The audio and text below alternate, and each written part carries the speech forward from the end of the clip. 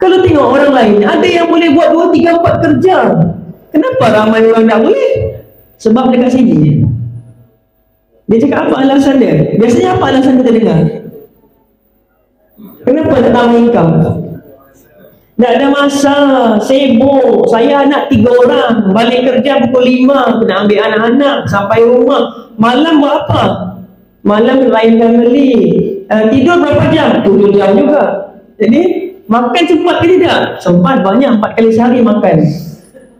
Sebenarnya apa? Kita tak sempat sebab kita tak jadikan itu benda yang perlu. Kalau kita prioritisekan benda tu, dia akan jadi sempat. Setuju? Alah, macam kita cakap dengan kawan-kawan, jom hujung minggu ni lepak pergi sini. Sorry lah, tak sempat lah. Kita kena ambil mesej tu apa? Tak penting. Kita akan sempatkan benda yang penting, betul? Bayangkanlah kita travel, kita terkejar-kejar masa, tapi kita masih sempat juga solat. Sebab apa? Sebab tak boleh tinggal. Benda tu kalau tinggal memang rasa bersalah, rasa dihantui, rasa teruk lah. Sebab kita sudah letak decision dalam otak kita, benda ni mesti.